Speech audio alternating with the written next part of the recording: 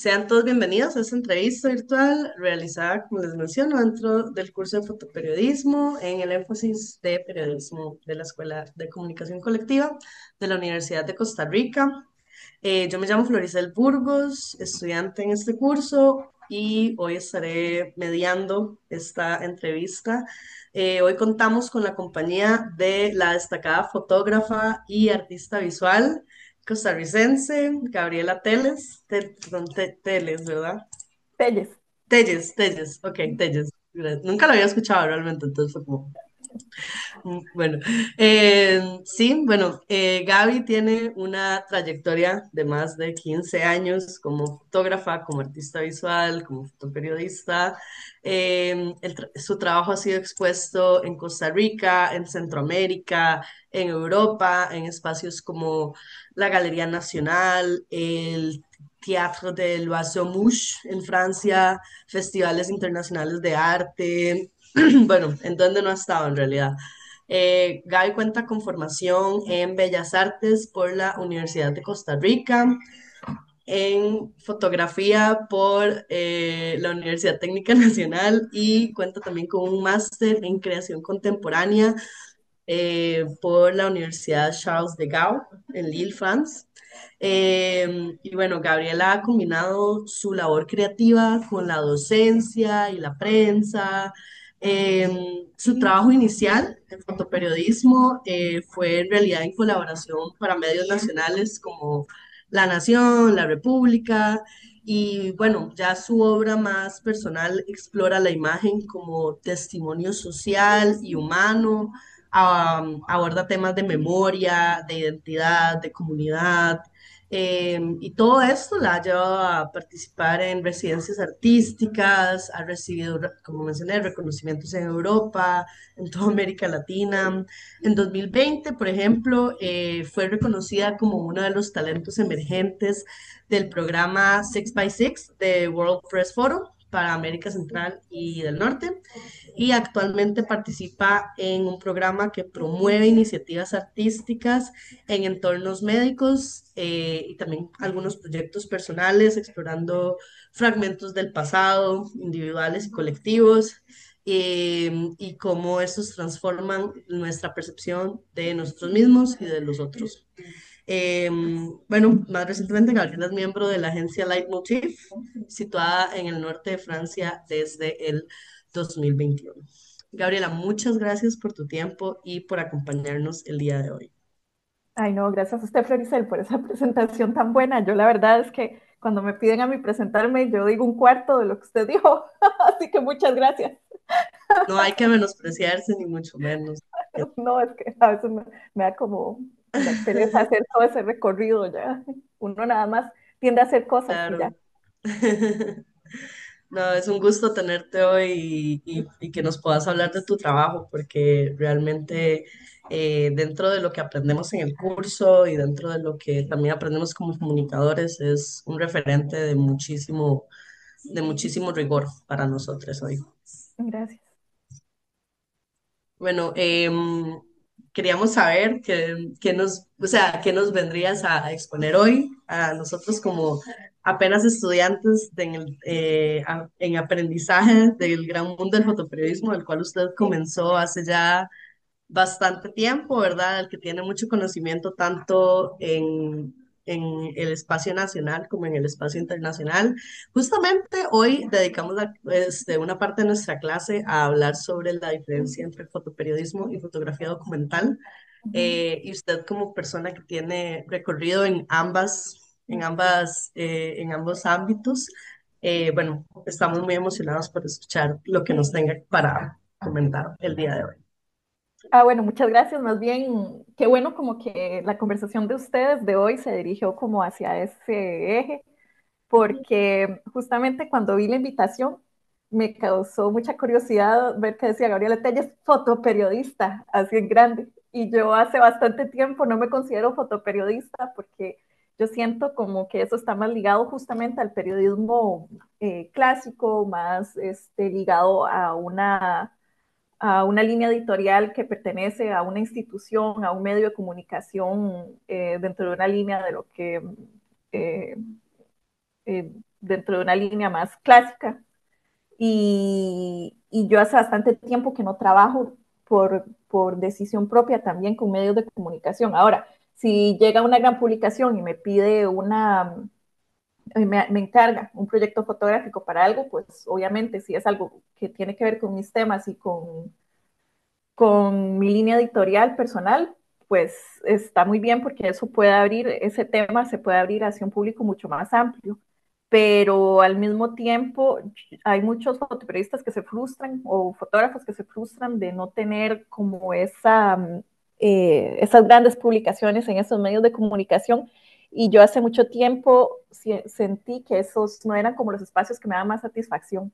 A mí los espacios que me dan más satisfacción es toda esta parte como más alternativa, que tiene que ver más con un público directo, donde hay un poco más de control sobre cómo se recibe el mensaje que quiero comunicar, porque en los grandes medios sí, hay muchos ojos que lo ven, pero no necesariamente son los ojos que van a interpretar bien las cosas que usted está mostrando con sus imágenes, con su fotografía. Y hay otra palabra que usted dijo ahorita, que con los periodistas, fotoperiodistas, periodistas y comunicadores. Entonces esa parte de comunicadores que es como un poco más abierta y que se remite también al verbo comunicar, de qué es lo que quiero decir, qué es lo que quiero dar a entender, eh, es una parte que me interesa mucho más. Es un poco más subjetiva y ahorita no sé si ustedes han tratado un poco este dilema de la objetividad y la subjetividad dentro de las comunicaciones que hacen. No sé si son de los temas que han tocado o en los que han profundizado, pero yo soy desde hace bastante tiempo muy partidaria de la subjetividad honesta, donde usted, ok, sí, usted es subjetivo con sus temas, pero usted lo dice, usted dice, oh, esto yo lo estoy mostrando, fotografiando, estoy creando esta imagen a partir de una prioridad personal o de un interés personal. Y eso se le comunica al público abiertamente.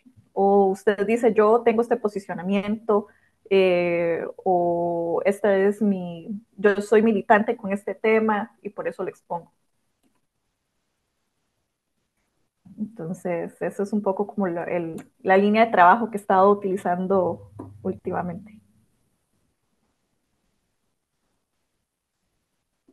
No, de hecho es un tema que justamente estuvimos debatiendo recientemente, digamos, literal hoy, acerca de la mirada objetiva y subjetiva que puede existir dentro del trabajo fotoperiodístico.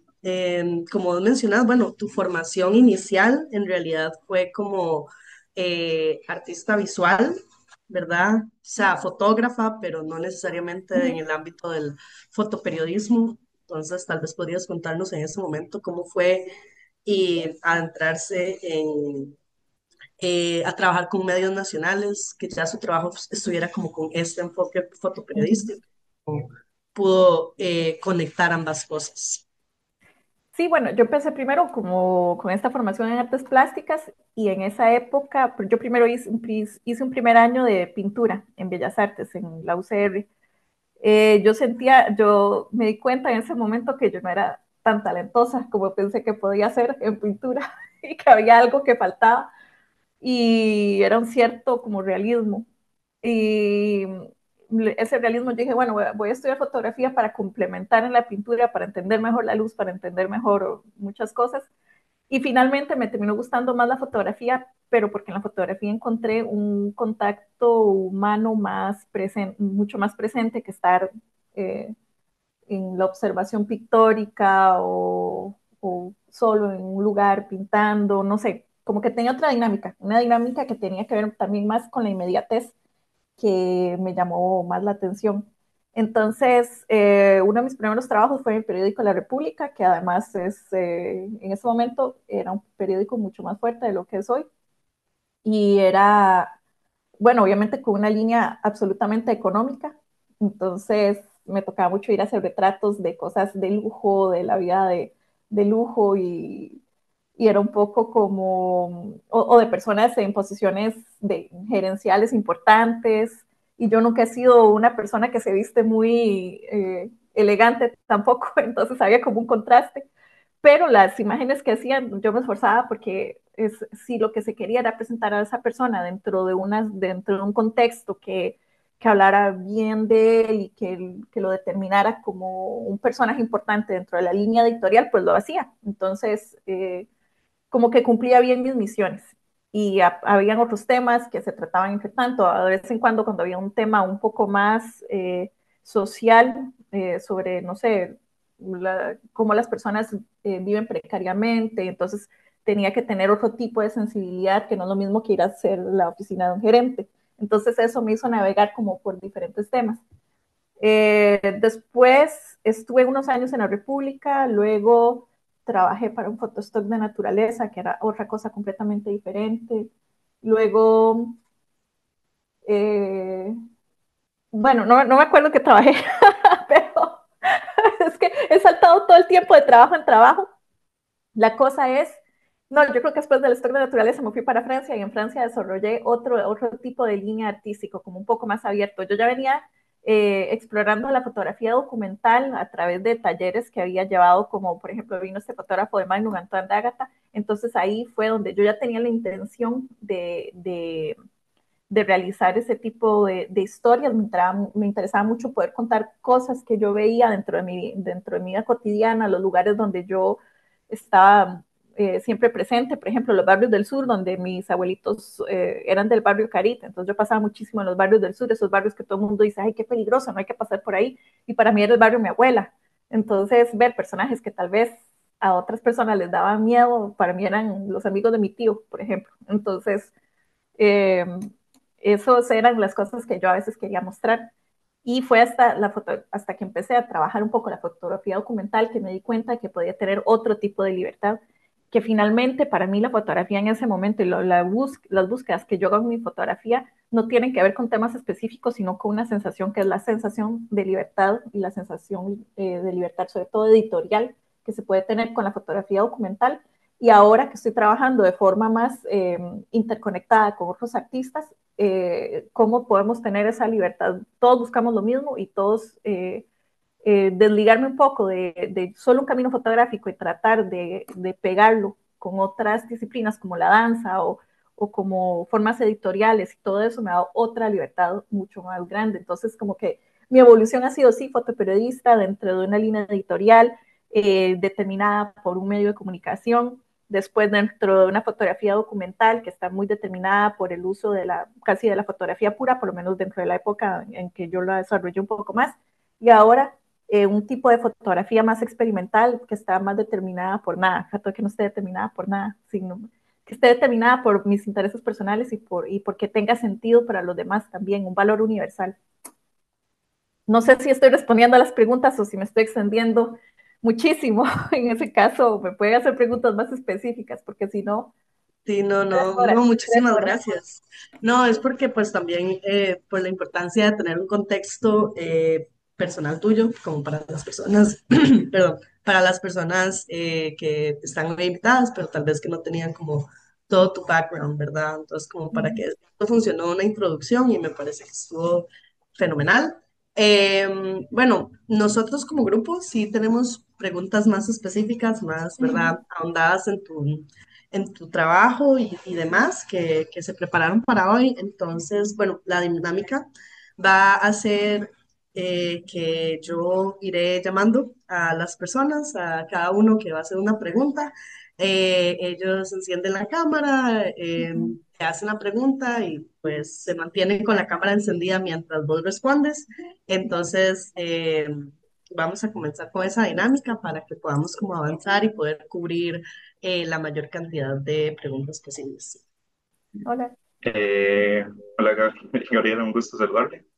igualmente. Bueno, mi pregunta también ya un poco relacionada con lo que usted hablaba hace un rato, ¿verdad? Como de esta diferencia entre las personas tal vez, que tienen más oportunidades, ¿verdad? Y tal vez los que no, y como ese tipo de mirada, ¿verdad? Que hay. Entonces, bueno, mi pregunta más como el hecho de que viviendo usted como migrante, digamos, en Francia, obviamente por estudios y trabajo, digamos, desde una experiencia un poco más planificada, ¿verdad? Y con acceso a oportunidades. ¿Cómo dialoga, cómo convive esa vivencia personal suya con la migración, digamos, tal vez más forzada, más precaria, que documentó en haitianos en Costa Rica, ¿verdad? donde la realidad de ellos tal vez incluso está atravesada un poco más por temas de xenofobia, de racismo, vulnerabilidad, incluso exclusión. Entonces, eso y también de qué manera esas diferencias influyeron tal vez en la mirada suya, ¿verdad? En un rol como fotógrafa, para relatar esas realidades. Pero entonces la pregunta es, ¿cómo comparo yo mi experiencia migratoria en Francia con la experiencia migratoria de los haitianos en Costa Rica? Sí, digamos, tal vez cómo esas experiencias, digamos, de su vivencia personal pueden ser como le ayudaron o tal vez, digamos, qué diferencias encontró, digamos, incluso, ¿verdad? Que sirvieron para relatar la vivencia de estas personas, ¿verdad? Cómo influyeron en su mirada, ¿verdad? A la hora de relatar las realidades tan distantes, digamos, en comparación tal vez con la que usted vivió. Ok, bueno, primero, cuando hice el trabajo de los haitianos, yo había estado en Francia como estudiante, todavía no había emigrado como lo hice en este momento. Yo hice como 2 veces, como primero estuve como estudiante, pasé una época en Francia y no me pude quedar más por cuestiones de visas y todas estas cosas, ¿verdad? Lo que voy a tratar de hacer es encontrar el trabajo de los haitianos, porque no sé si todos lo han visto. Bueno, ahí la cuestión es que a esta comunidad de haitianos en Costa Rica porque por dos razones. Primero, había en ese momento trabajaba para la Nación y un chofer de la Nación me puso en contacto con ellos y sabiendo que yo hablaba francés en ese momento, ahí es donde uno se da cuenta como la lengua es importante para la integración en un país o con una comunidad, porque en un momento estuvieron hablando como en mis primeros encuentros como, ¿y esta qué quiere? ¿Esta qué está haciendo acá? En francés, y yo les respondí en francés y se quedaron así como, ah, habla francés. Entonces eso me permitió como poder insertarme un poco más en la dinámica de ellos. Todo empezó, la historia fue un poco como ellos se integraban y como una iglesia les estaba tratando de ayudar a esta integración. Eh, y, y, también cómo ellos trabajaban en estos, como estas pulperías, pero no son pulperías, son como lugares donde eh, venden productos al por mayor alrededor del parque que está por la caja. Entonces, si comparamos una cuestión de, si yo pienso en mi experiencia como persona que ha migrado con respecto a ellos, en ese momento yo no podía pensarlo en los mismos parámetros que tengo hoy por hoy, porque ya llevo 6 años de estar acá, ya he tratado de hacer una vida aquí, uno se da cuenta de que hay muchas razones para emigrar, entonces hacer una comparación sería un poco injusto ya, porque al final yo lo que les puedo decir es que uno si emigra y se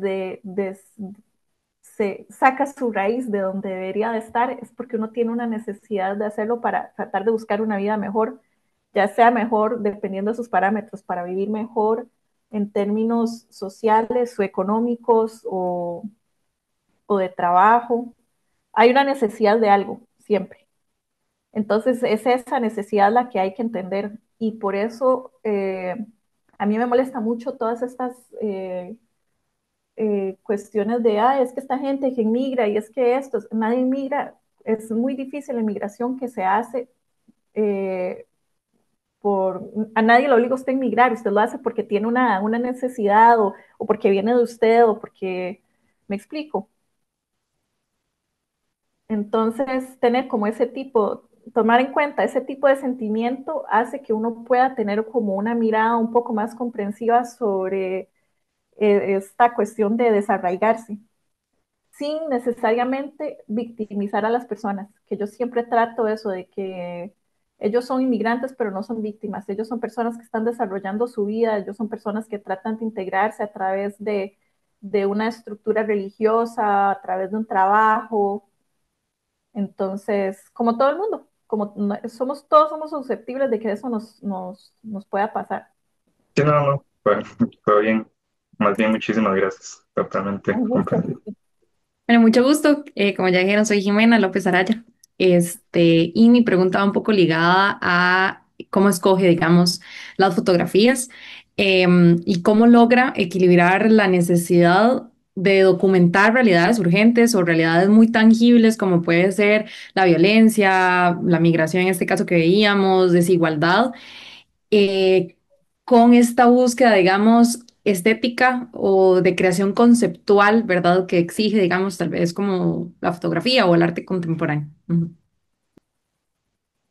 Eh, bueno, en ese caso, por ejemplo, puedo tomar en cuenta el trabajo de La 30, que es como la serie eh, como la serie más reconocida que tengo.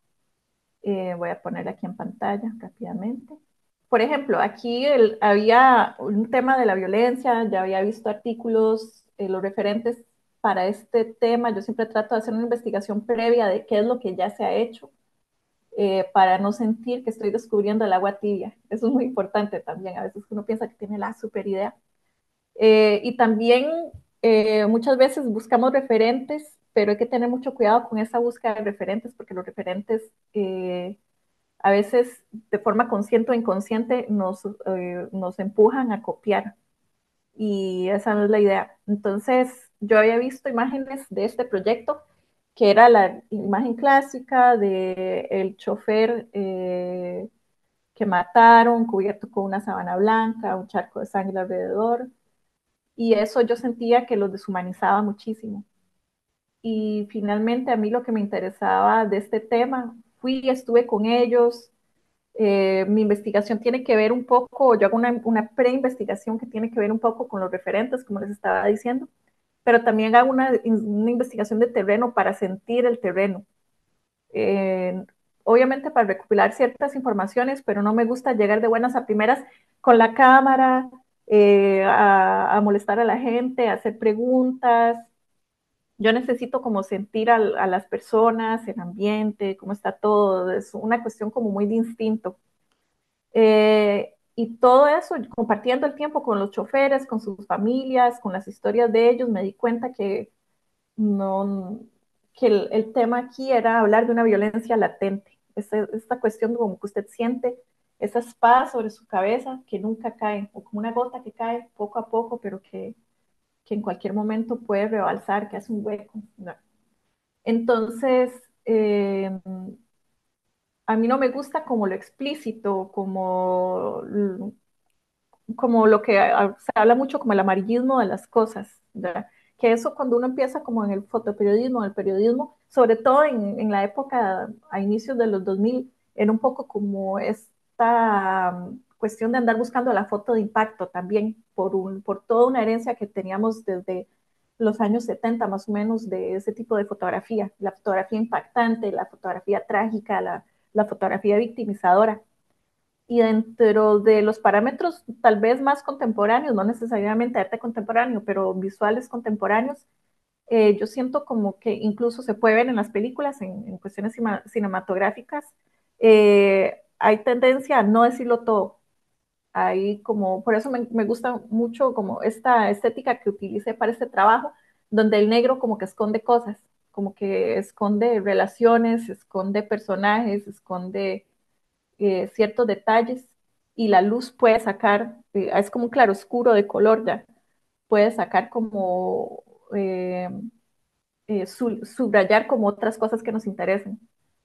Entonces, para mí la fotografía tiene que ver mucho eso, y cómo tratamos los temas de forma menos evidente. No me interesa crear evidencias tampoco como fotógrafa, me interesa mucho hablar de temas que, que, que tengan fotografías que necesiten que usted las vea más de un segundo, que no sea la cuestión, sí, el charco de sangre, sí, la violencia, sino que sean fotografías que usted tenga que conectar entre ellas, y así es como escojo las imágenes, que es una de sus preguntas.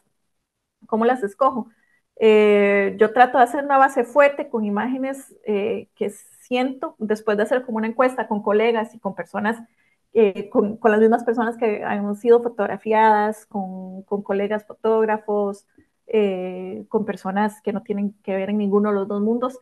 Trato de más o menos ubicar cuáles son las fotografías más fuertes o las que llaman más la atención.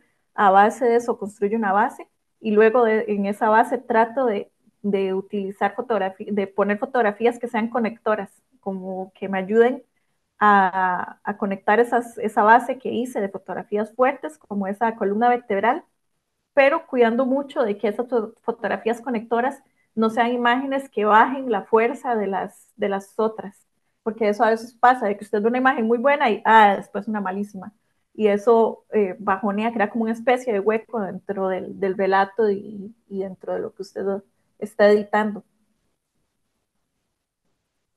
No sé si... Sí, claro, sí me contestó. Muchísimas gracias, súper interesante todo el trabajo. Ujú. Sí. Gracias, con mucho gusto. Voy a dejar de compartir. Bien, mi pregunta tal vez es más como enfocada al futuro de un fotoperiodista.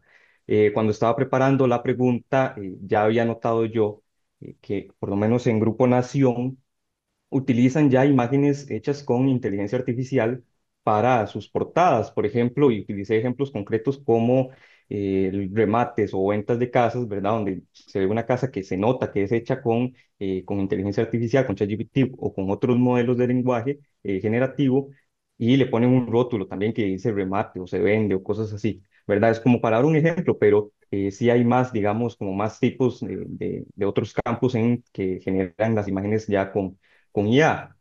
Entonces yo quería preguntarle, este recurso, ¿qué tan doble filo es para la profesión de un fotoperiodista? ¿Qué tan riesgoso es para su trabajo, para mantenerlo ya en un futuro no muy lejano, que tal vez requiera más de una hora en buscar y obtener, digamos, los recursos que cumplan con una casa que diga que se vende, ¿verdad? Un ejemplo, ¿verdad? Eh, y no tener que recurrir tal vez a la inteligencia artificial. Esto ya de verdad es un riesgo. Bueno, yo supondría que sí, pero quisiera tener ya su opinión, digamos, más profesional, ¿verdad? Que requiera más tiempo, digamos, a un fotoperiodista, como le decía, en tener los recursos, en tomar las fotos, regresar Ujú. al periódico, editar y ya subirlas al banco. De eso tengo un montón de historias. Bueno, y tengo historias del pasado y me puedo referir al futuro. Dentro de mi opinión muy personal, yo siento que la inteligencia artificial es una amenaza para la fotografía, pero para la fotografía mediocre.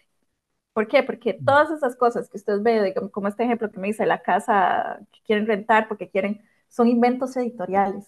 Son cosas que yo me acuerdo cuando justamente trabajaba en Grupo Nación, a veces nos encargaban cosas que eran infotografiables, que era como el periodista llegaba y decía, quiero hablar sobre la violencia, no sé, cuestiones, un tema que a veces nos tocaba fotografiar, que no me gustaba para nada, que es muy difícil de tratar, que es muy delicado, era la violencia hacia los niños, ¿ya? Y todas las violencias de índole física, sexuales y todo eso. ¿Cómo ilustra usted eso? Entonces, había que buscar, ir al estudio, buscar un tipo de luz que se sintiera amenazante. Entonces, cuando usted hace este tipo de trabajo, que es un trabajo de ilustración, no es realmente como un trabajo, hay fotógrafos que son muy buenos para hacer eso, pero cuando usted le piden un tema de un día para otro, y donde lo tienen que hacer en una hora, y si le va bien en una tarde, ilustrar ocurrencias editoriales, sin tener los recursos creativos o los recursos de tiempo, es imposible. Entonces ahí el uso de la fotografía artificial está muy bien porque finalmente es una mediocridad visual lo que se está proponiendo, porque además eh, cuando usted ilustra algo, la gente, y sobre todo en un medio de comunicación como La Nación, que normalmente tiene una línea editorial bastante directa, eh, lo que ha estado pasando es que entonces hay que ilustrar las cosas de forma que sean, no sé, como un Paco y Lola, ya como muy evidentes también. Eso es perder el tiempo. Por eso es que también ha habido, obviamente ese no es como se utiliza en Costa Rica, pero hay países acá, que en Francia estaba pasando mucho con las revistas, sobre todo, que se llamaba sobre todo a ilustradores, una época en que los ilustradores tuvieron mucho más trabajo que los fotógrafos, por ejemplo, porque ese tipo de tema que no tenía que estar tan basado en la realidad y que podía ser más subjetivo y que era más una ocurrencia o una idea, ocurrencia para no subestimar tampoco, porque hay buenos temas, pero que tenían que ver más con una idea editorial que con una invención, con un tema fotográfico. Entonces, la ilustración era un buen recurso. Ahora que está la inteligencia artificial, yo siento que eso es más una amenaza para este tipo de profesión, los ilustradores, los creadores visuales, que para los fotógrafos. ¿Por qué? Porque nosotros todavía la fotografía es un recurso que se basa en la realidad, y la realidad es la realidad es lo que está ahí. Y ahora sí, la podemos recrear artificialmente, la podemos inventarme. Cuando a las personas se dan cuenta de que algo es inteligencia artificial, inmediatamente eso baja la calidad, es descalificado los concursos, hay como todavía un menosprecio y es un menosprecio muy sano a no aceptar de que nos están vendiendo algo como real y que no es real. Lo real es lo real y punto. Sabiendo, y después nosotros a lo real le podemos poner, sí, la subjetividad, le podemos dar un tratamiento, pero como yo decía al puro principio de la entrevista, es una obligación ética de nosotros decir, ok, este tema lo estoy tratando con subjetividad. Entonces esa subjetividad, yo soy honesta y la admito y punto. Como cuando la gente dice esto se hizo con inteligencia artificial. Bien. No, más bien me voy a tomar como un atrevimiento y una pregunta extra. Usted dijo fotografía artificial. Yo, desde lo que no sé, yo hubiese pensado, una fotografía hecha con inteligencia artificial no es fotografía, es una imagen. Sí, Pero es correcto decirle fotografía artificial. ya eso es una cuestión más como de semántica, Ok. pero puede ser, sí, porque hay muchas fotografías artificiales. De hecho, hay un chico que se llama un fotógrafo, no sé si ustedes lo conocen, que trabaja mucho eh, con fotografía artificial o imagen artificial, que es Matías Saute. Él tiene una serie que se llama Pegamachos, ¿no? Que trata de hacer como una correspondencia entre su trabajo de fotógrafo documental. Él alimentó eh, su plataforma de inteligencia artificial con sus propias imágenes, con la estética de él, para recrear tal vez fotografías, no he leído muy bien, pero eso es lo que he entendido un poco de su trabajo, para recrear fotografías que son como su ideal dentro de una estética de pegamacho, dentro de parejas del mismo sexo y todo eso, pero como una estética como de hombre guanacasteco, muy vaquero, muy más o menos Ujú. así, ya como para crear un paradigma, una redundancia dentro de este estereotipo de lo que es ser una persona eh, gay y ser una persona que se vende como un macho. Ya. Es muy interesante el trabajo de él, se lo pueden ir a ver como para... Él sí lo expone claramente como una imagen realizada con inteligencia artificial a partir de una realidad y lo expone más en galerías y ha sido bastante reconocido, ha tenido como bastante por esta misma contradicción entre esas bases, como él ha manejado estos dos polos opuestos, ha tenido bastante pegue. Muchísimas gracias. Proyecto que me llamó mucho la atención, que es en Vida y Vía Paralela, ¿verdad? Ah, Que es, que es acá en Costa Rica. Acá retratas como una ciudad de noche y en espacios que me parecen como poco convencionales de fotografiar. Entonces yo te quería preguntar que cómo se gestionan como los retos técnicos en lugares así, que tienen condiciones difíciles como baja luz, como el clima adverso, para como minimizar ruido, estabilizar la imagen y conservar el detalle. es una pregunta más técnica. Sí, Ok, voy más a sobre lo poner, técnico en esos tipos de espacios. ajá, bueno, voy a ponerlo acá, voy a compartirlo nada más para que quede, para que la gente vea de lo que estamos hablando. Más como estas. Sí, como las de tren en movimiento y demás. Ajá. Fotos que son Bueno, de noche en espacios muy oscuros, donde la iluminación es más difícil de controlar. Bueno, la cuestión número uno, como en este tipo de espacios, es que hay que aceptar que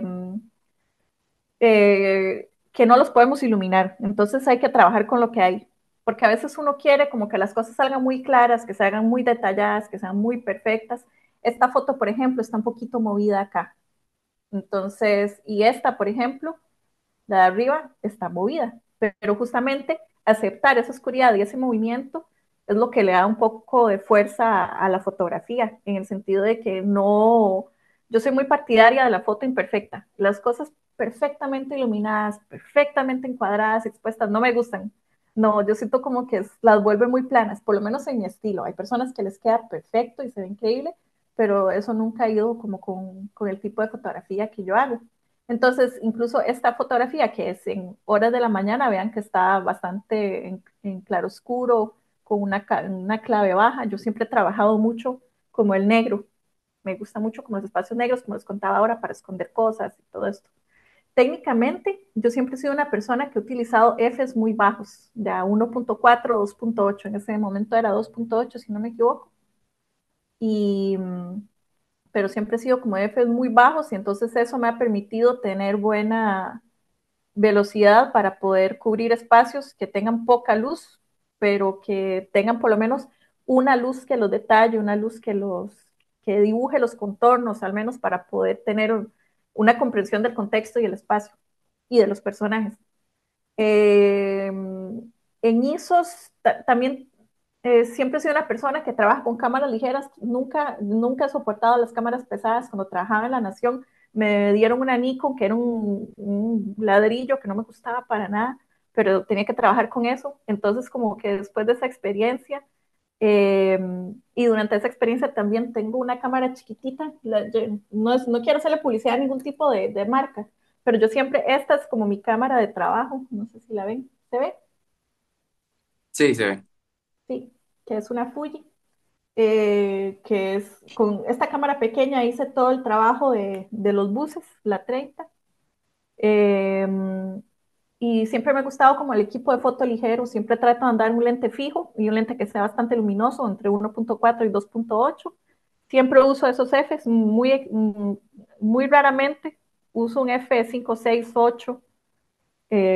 No, es muy raro, es porque realmente si lo uso es porque hay mucha luz y no me queda otra y no tengo un filtro en este momento para hacer una corrección de luz, pero si no, siempre trato de usar eh, lentes bastante luminosos y cámaras bastante ligeras, justamente porque cuando uno tiene poca luz, usted aguanta la respiración, toma la foto y así no le queda tan movida. Entonces, eso es como mi técnica para este tipo de lugar donde se necesita una velocidad alta, porque son momentos, y donde se necesita, sí, como en estos espacios que son muy poco iluminados, tener al menos algo de detalle. Sí, y también, bueno, y con la cuestión de los ISOs, antes las cámaras, cuando yo empecé, tenían ISOs muy malos, entonces había que pasarlas en Photoshop por la reducción de ruido, el color de reducción de ruido, porque si dejan en ISO 1200, imagínense, ahora podemos tirar hasta 2500, 3200, que es un ISO aceptable, que no se ve tan mal. Entonces, no hay problema para trabajar con ISOs altos, Fs bajos y velocidades al menos de 100. También depende del pulso de cada uno. Yo antes podía tomar en 30 sin que se moviera nada, ahora menos. En 60 puedo ya. Puedo hacerlo en 30, pero si me pongo corto un muro. Ok, muchísimas gracias. Que como usted sabe, en algunos proyectos fotográficos se suele dedicar mucho tiempo, ¿verdad? E incluso tal vez está teniendo un proyecto y simultáneamente está haciendo otro proyecto en digamos, distintas fechas y tal cosa.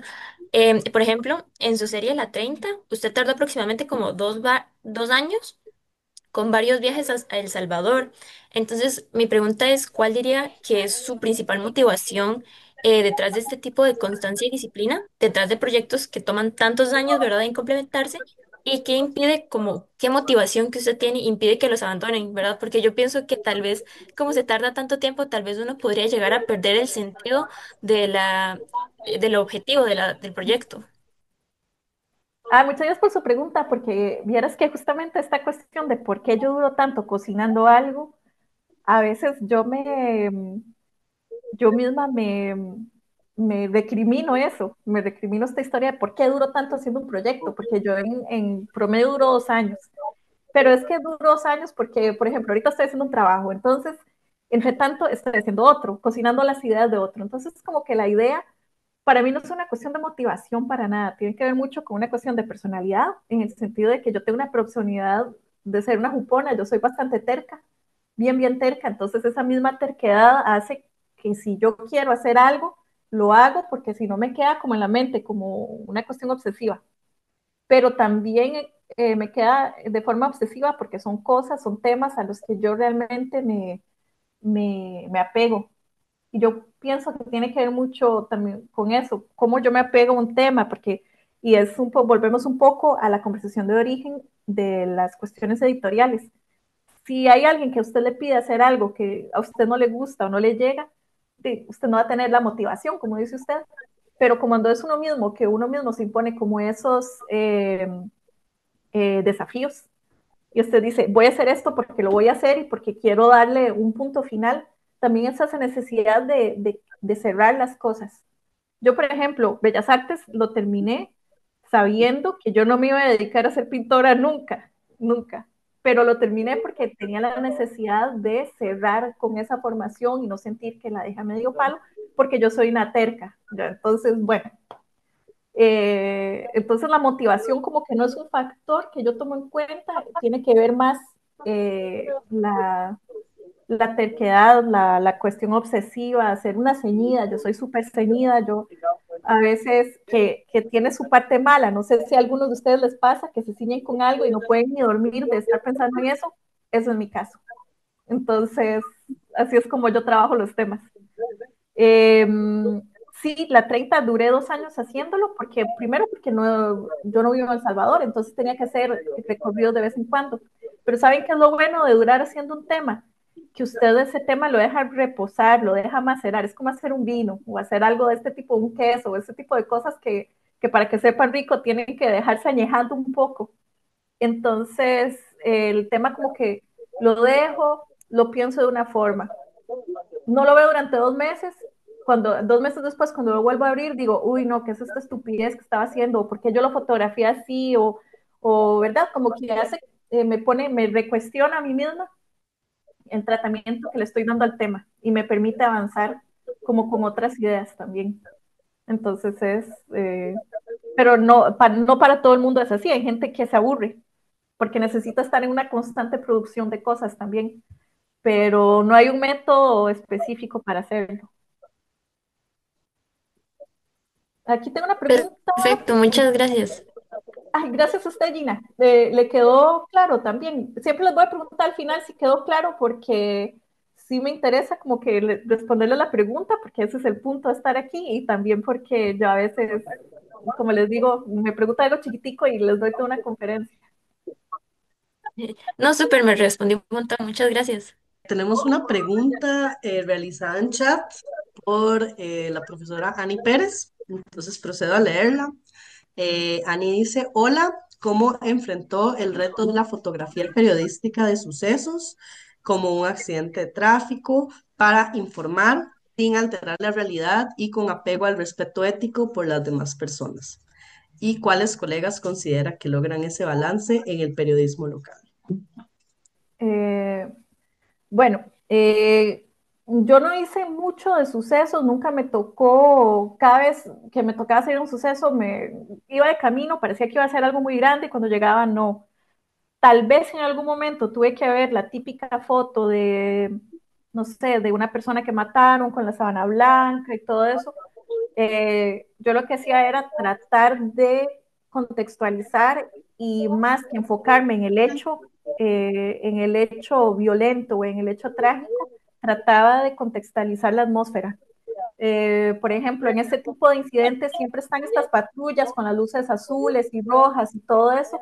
Entonces yo trataba como de enfocarme en el ambiente que esas luces daban, que en el suceso en sí mismo, sabiendo que trabajaba para un medio donde lo podía hacer, porque en ese momento era en La Nación. Si hubiera sido La Extra, hubiera sido, me hubieran pedido otro tratamiento de la imagen.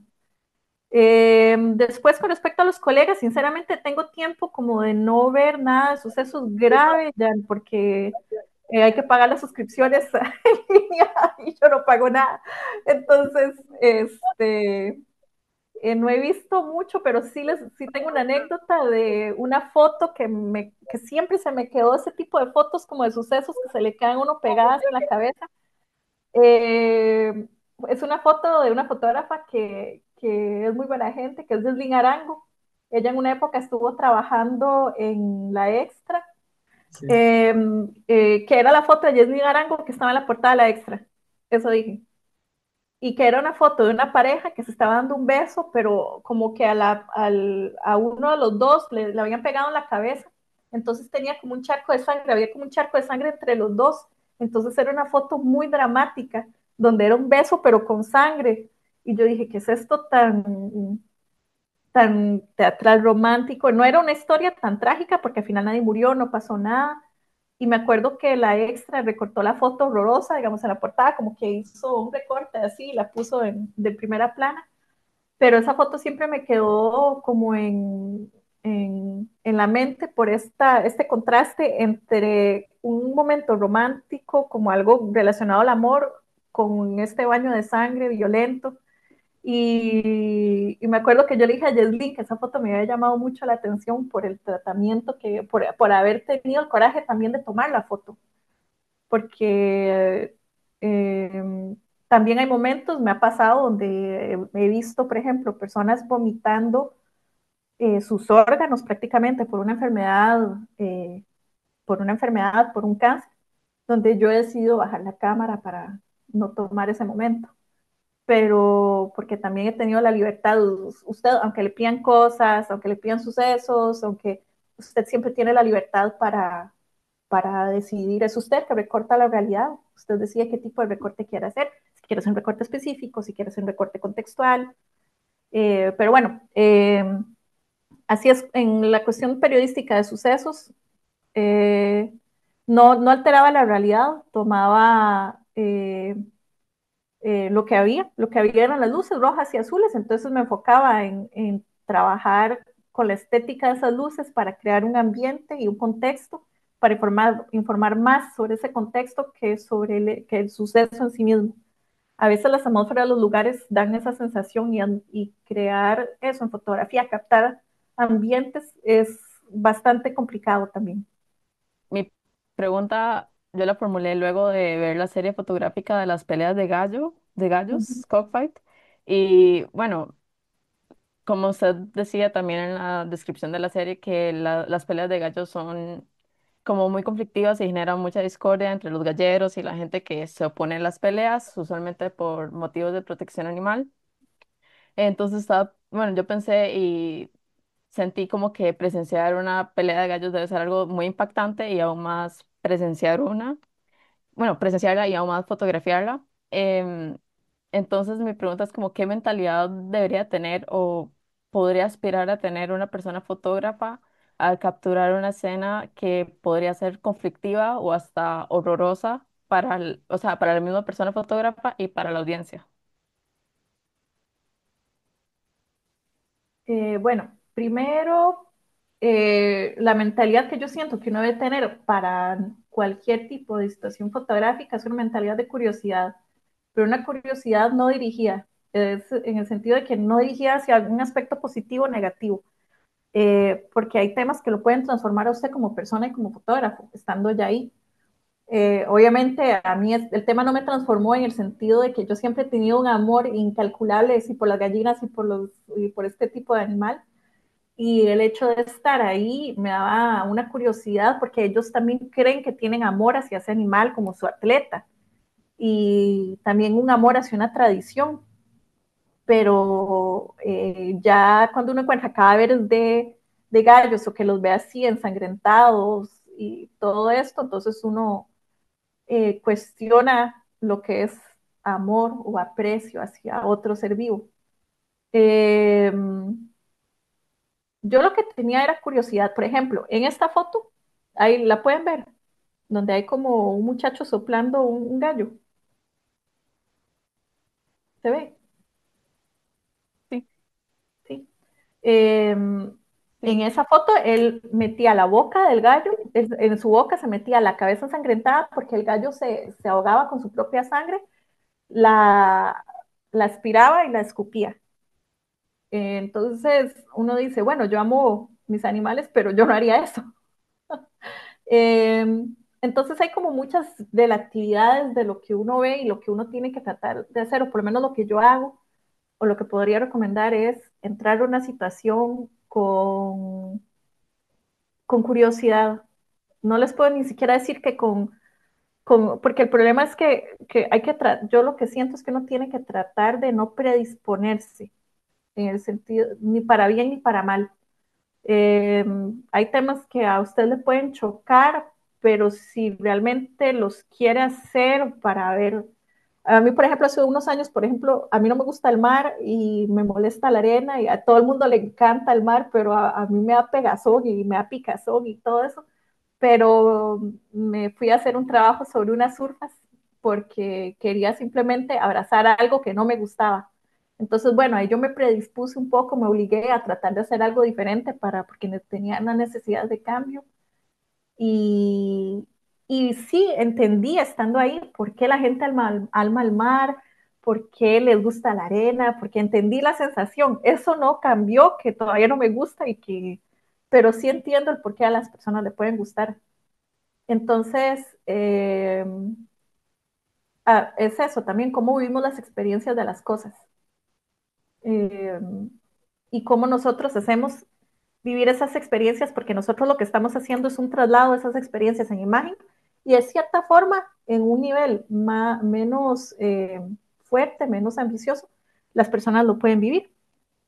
Cuando ustedes ven algunas de estas fotografías, que tal vez, no sé, hay gente que no soporta ver sangre o, o violencia y le choca. Entonces no es necesariamente esa sensación de shock la que queremos provocar, pero vean que también está todo unido por una cuestión de ambiente, de, de, de gestos humanos, de cómo nos defendemos, es un poco un todo. Mm, no sé, Marcela, si le respondí bien igualmente. Sí, sí, muchas gracias. Ay, con mucho gusto. Bien, continuamos. Tenemos otra pregunta que realizan por medio del chat. La realiza María, que dice, hola, ¿cómo manejas puntos de los derechos? ¿Cómo manejas punto de los derechos de imagen a hacer publicaciones y concursos? Eh, Depende, yo nunca he tenido como el protocolo de hacer firmar a las personas un derecho de imagen o nada. Sobre todo que antes, bueno, por lo menos ese trabajo que ustedes vieron de las peleas de gallos, que fue a inicios de los 2000, en esa época las redes sociales no estaban tan fuertes como en este momento y la gente no tenía tanta conciencia de publicaciones. Usted nada más le decía, no, no es para ningún periódico, si se publica yo le aviso. Entonces uno tomaba los datos de las personas, hacía un intercambio. Yo siempre trato de mantener como una especie de comunicación, pero yo formalmente nunca hago firmar nada y los concursos y las publicaciones siempre lo hacen firmar a usted como fotógrafo, como una descarga de que es usted el que se responsabiliza si esas personas se vienen contra el medio de comunicación o contra usted. Yo lo que hago es que soy honesta con las personas, les digo para qué quiero la foto. Hace poco fui a hacer unos retratos a el Día Mundial Internacional de los Pelirrojos y como la gente es más consciente de las redes, ya así, por ahí anda unos retratos, tengo que publicar unos nuevos. Entonces me decían, ¿y para qué es esto? Y lo va a publicar en Instagram. Y los decía así, en mi sitio web y en Instagram. Este es mi sitio web. Entonces les daba mi tarjeta con mis datos de contacto y yo les decía, síganme, lo voy a taguear. Y entonces lo que sí trato de hacer es que cuando estoy en el momento y puedo comunicarme con las personas, les dejo saber para cuál es el propósito de su fotografía. Si me dicen que no están de acuerdo, entonces no hay problema, no hay foto, no pasa nada. Y con las personas que no nos podemos comunicar, muy raramente yo le tomo fotografías a alguien a quien no le puedo hablar. Entonces, si le tomo fotografías a alguien que no le puedo hablar, nada, no sé, realmente normalmente no es una buena fotografía que me hagan ganas de publicar, como que yo siempre tengo que comunicar. Ya cuando estamos haciendo ya fotografía de calle, street photo y todo eso, entonces sí es diferente porque estamos en un espacio público. Y si no estamos haciendo nada que vaya contra la dignidad de la persona, entonces normalmente no hay problema. Si la Muchas línea gracias. editorial no usa la imagen, pues sí, para ilustrar un tema fuerte, como, no sé, eh, pedófilos de Costa Rica, y entonces salen personas, señores caminando en la calle, ya que nada tiene que ver, como, como ese tipo de publicación. La pregunta que yo le quería hacer es, viendo el documental que usted hace, ¿verdad? De Refractory Work in Progress, vemos una serie de imágenes de su tío y usted, imágenes que son de archivo, ¿verdad? Que son tomadas con la cámara que tuvieran en el momento, fotos con valor emocional, con valor sentimental, basándonos en el panorama actual, ¿verdad? Que tenemos ahorita, ¿verdad? Como de no confiar en nada, ¿verdad? Con la inteligencia artificial, con el Photoshop. ¿Opina que el rol de la emocionalidad y como la de la verdad es de mayor importancia que las cualidades técnicas en una fotografía, o que como fotógrafos o como personas que están como en esta industria tenemos que intentar, digamos, como competir con esta calidad técnica que tienen esas fotografías? Bueno, es que como les decía en un principio, eso depende mucho de la línea editorial de cada fotógrafo. En mi caso, yo traté de tener una... La cuestión con la técnica es que a veces la técnica es un freno para que usted continúe con una buena historia o haga las cosas bien, porque hay en uno como esa necesidad de ser técnicamente bueno, porque así es como uno aprende, así es como la academia más o menos lo ha formado a uno, con todos los talleres de técnica, laboratorios y todas estas cosas. Entonces, la técnica se tiene que pulir nada más como para pasarla, como para que usted diga, ok, bueno, ya sé hacer fotos lindas, ya sé bien expuestas, bien cuadradas, bien compuestas, bien. Ahora, ¿qué puedo hacer para pasar eso? Porque finalmente la técnica, todo lo podemos aprender, pero el estilo y lo que nosotros queremos dar a entender dentro de una imagen, y que la imagen, la fotografía, esté sincronizada con nuestro pensamiento y con nuestra emoción y con lo que queremos comunicar, eso es toda otra historia y es un desarrollo muchísimo más complejo y que requiere más trabajo. Entonces, nada más para seguir hablando, voy a poner aquí de fondo el trabajo la inteligencia artificial justamente puede incluso imitar la imperfección, pero, pero todavía por lo menos tenemos, yo no sé en el futuro, no sé si dentro de 10 años seremos absolutamente engañados por eso, pero por el momento yo siento que la imperfección y la materialidad también es un recurso al que podemos llamar para poder contrarrestar como esta guerra, esta confrontación que hay en este momento con la inteligencia artificial, o abrazarla como mencionamos, ahí vi que pusieron el link de Matías, muchas gracias, o abrazarla como hizo Matías. Lo que sí he notado con la inteligencia artificial es que llegamos como a un punto donde hay una estandarización, y la estandarización se presenta porque finalmente la inteligencia artificial son algoritmos, son cálculos y todo este tipo de protocolo necesita un orden, y para tener orden hay que estandarizarse, y entonces terminamos dando como vueltas dentro de lo mismo, y la mente humana no es así. Sí, nosotros eh, nos alimentamos de referencias, de experiencias y de situaciones, ya que nos brinden, no sé, como aceite a toda esta maquinaria que tenemos en el cerebro, podemos como contrarrestar eso. Por eso es que yo siempre digo que hay la diferencia, esta confrontación en fotografía entre la superficie y la sustancia de las cosas, ¿verdad? La superficie es lo técnico, lo bonito, lo bien logrado, lo que la inteligencia artificial nos puede dar, y la sustancia es lo que queremos decir, cómo complementamos nuestras ideas y sobre todo de dónde vienen esas ideas. Es que esas ideas vienen justamente de algo que yo vi en una pantalla, o vienen de un momento en que estaba aburrido en la parada del bus, me quedé sin batería en el teléfono y estaba viendo así para abajo, ya, no sé, ya como yo siento que en fotografía y en el acto de crear, la experiencia es muy importante, vivir las experiencias, eh, cosas que sean de uno a uno con el mundo en el que estamos. Ok, listo. Muchísimas gracias. Bueno, mi pregunta sería que ha llegado a mencionar que en algunos proyectos o durante ciertas épocas ha hecho una fotografía un tanto pues, menos realista y más como desde la plasticidad, digamos, y lo que son collage, por ejemplo. Entonces considera que, por ejemplo, si lo imaginativo artístico puede retratar la realidad de una mejor manera que una foto, digamos, entre comillas, objetiva de lo que se está viendo. Em, es que la intención no es nunca retratar la realidad, de verdad. Yo creo que todo empieza por ahí. Es como, ¿cuál es nuestro interés de querer retratar la realidad? ¿Por qué? ¿Para qué? ¿Para comunicar qué? Es como un poco como esa obsesión de señalar, como de decir, esto está aquí. Me explico. Entonces, eh, a mí no me interesa señalar realidad, me interesa reflexionar sobre la realidad. Y entonces, es que esa reflexión la queremos hacer de una forma más directa o indirecta. O queremos utilizar otros recursos, o qué tipo de curiosidad queremos despertar para que ese proceso de reflexión comience. Y es lo que yo les decía hace un ratito. Me interesa más crear imágenes donde la gente se les quede viendo y diga, ¿qué es eso?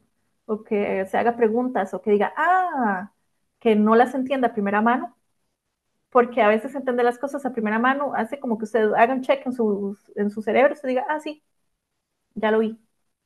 Sí, sí, ya entendí. Y no le dé un poco más de cabeza y no diga, es una otra forma de ver las cosas.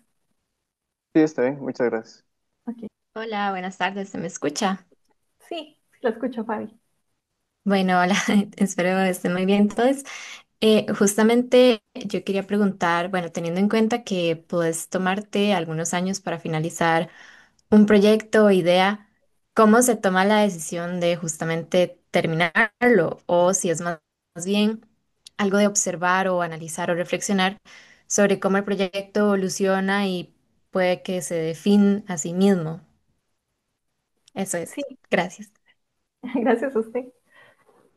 Bueno, es que cuando empiezo un proyecto, yo trato, aunque no me gusta empezar en los finales de una vez o darles como un camino muy determinado, sí trato de decir, por ejemplo, lo del proyecto de mi tío siempre lo oí desde un principio, el último que sobre los refractarios, tiene más forma de fotolibro, siempre lo oí de esa manera porque estaba trabajando con archivo. La fotografía de archivo yo la sentía más dentro de una compilación de imágenes que como imágenes separadas. Sentía que funcionaba más como un cuerpo de trabajo. Entonces yo dije, bueno, yo sé que el final de ese trabajo va a ser cuando ya sienta que tengo suficientes imágenes como para crear un fotolibro, y me puse las misiones de ir a los lugares donde él vivió, ya lo hice. Hubo un lugar donde fui 2 veces porque sentí que no hice muy buenas fotos, entonces que tenía más cosas que descubrir. A mí me gusta mucho como imprimir las imágenes, yo trato de materializar todo, como les decía hace un rato. Yo imprimo todas las fotos que siento que son potables, eh, aunque sean papel así, bono, o que no sean de la mejor calidad, porque sale caro imprimir. Pero aunque sean sin imágenes, yo las imprimo, las veo, hago anotaciones detrás de la foto, de qué puedo trabajar más, o si es una foto, como les decía hace un momento, una foto núcleo importante, una foto fuerte. Y me gusta mucho trabajar en pared. Eso fue algo que aprendí en la escuela de foto de Arles, a siempre tener una pared de trabajo. Entonces las pego en la pared y las veo, y conforme más las voy viendo, a veces, como les decían, o no las veo, o las pasan guardadas, o pasan 2 meses pegadas en la pared. Eh, pero también a veces uno tiene bloqueos de trabajo. Ahorita estoy un poquito bloqueada con mi tema de las gallinas, tengo un tema ahí que estoy haciendo sobre las gallinas, y estoy un poquito bloqueada con ese, porque sí tengo los temas, pero no he encontrado la forma de fotografiarlo como quiero. Entonces estoy un poco como, como en pausa, y entonces estoy trabajando otras cosas mientras no trabajo esa. A veces uno solo necesita estar centrado. Me ha tocado decirme, no, no voy a trabajar este otro proyecto, voy a concentrarme en voy a obligarme, porque a veces uno depende de cada persona, uno puede ser muy disperso, querer hacer 50 cosas al mismo tiempo, y cuando uno hace 50 cosas al mismo tiempo no hace ninguna bien. Eh, Entonces, a las cuestiones fotográficas, el tiempo que les doy depende mucho del tema en sí mismo, de los intereses, de también cómo sienta que lo puedo colocar. A veces hay temas que se sienten como dentro del aire, como en el momento, aunque siempre no trato de como que la actualidad me determine lo que yo quiero hacer, pero a veces hay temas que se acoplan bien a ciertos periodos de lo que está pasando y entonces me apuro un poquito más a hacerlos. Pero la forma final y cómo los voy cerrando, eh, el de mi tío, por ejemplo, me ha tomado casi 5 años hacerlo, pero porque también quería darle esta forma de fotolibro, técnicamente es más difícil, no es lo mismo que hacer impresiones para una exposición, depende mucho de la forma final en la que queremos hacerlo. Y no sé si a ustedes les pasa, pero yo siempre trato de pensar una forma final o tener una ambición para ese trabajo sin presionarme a esas ambiciones. Es decir, yo no hago un trabajo para que sea expuesto y para que, pero sí me interesa sacarlo a la luz. Y sacarlo a la luz es que ese trabajo poco a poco va sacando patitas, digo yo. Entonces, a veces ese trabajo camina solo, a como hay otros trabajos que a nadie le interesan y no llaman la atención y se quedan en una publicación o se quedan simplemente ahí en el Instagram y eso es todo. Pero también hay que darle esa libertad a los trabajos como de que caminen solos para ver por dónde los podemos llevar hacia una exposición o hacia una publicación o hacia un concurso, pero lo importante es que todo salga a la luz y no se quede en el disco duro también. Estaríamos concluyendo hoy esta intervención, esta entrevista virtual realizada eh, por el énfasis de periodismo de la Escuela de Ciencias de la Comunicación Colectiva de la Universidad de Costa Rica. Muchísimas gracias a Gabriela Pellez por acompañarnos hoy, compartirnos de su experiencia, de su trabajo. Eh, Muchísimas gracias, Gaby, por parte de Ay, todos. no, con mucho gusto. Perdón si a veces me hago así como tratados internacionales de la fotografía ya en palabras, pero es que a veces, no sé, quiero decir muchas cosas al mismo tiempo. No se preocupe, no, en serio, todo ha sido de completo provecho escucharte hoy. Y bueno, mi nombre es Floricel Burgos, estudiante del curso de fotoperiodismo del segundo semestre del 2025 y agradecemos a todas las personas que nos acompañaron también hoy como audiencia. No, gracias a ustedes. Muchas gracias por la invitación y por el tiempo.